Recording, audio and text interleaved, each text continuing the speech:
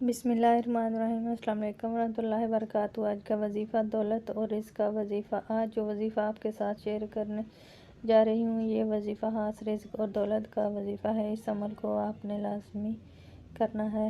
वजीफ़ा पढ़ने का तरीका। ये वजीफ़ा आप नमाज़ तहज्जुद के बाद भी कर सकते हैं, नमाज़ फजर के बाद भी कर सकते हैं और नमाज़ इशा के बाद भी कर सकते हैं।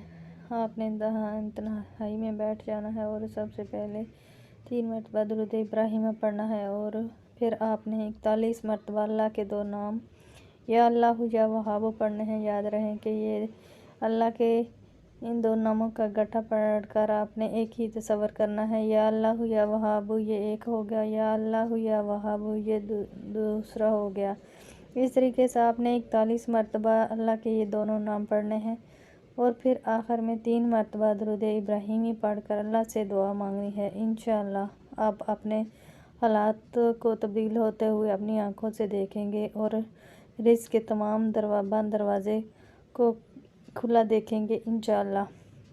वजीफ़ा पढ़ने की मुद्दत। इस अमल को आपने कोई 1-2 दिन नहीं करना है बल्कि अपनी ज़िंदगी का मामूल बना लेना है और इस अमल को आपने रोज़ाना करना है।